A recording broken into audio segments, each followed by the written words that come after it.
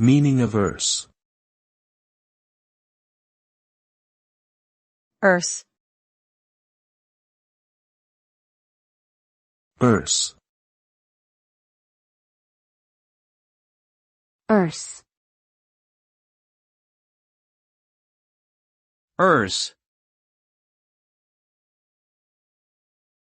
Erse is a term used to refer to the Gaelic language of Ireland and Scotland. The word is derived from the Irish Gaelge, which means Irish. It is used primarily in Scottish literature and is also sometimes used to refer to the Scottish Gaelic language specifically.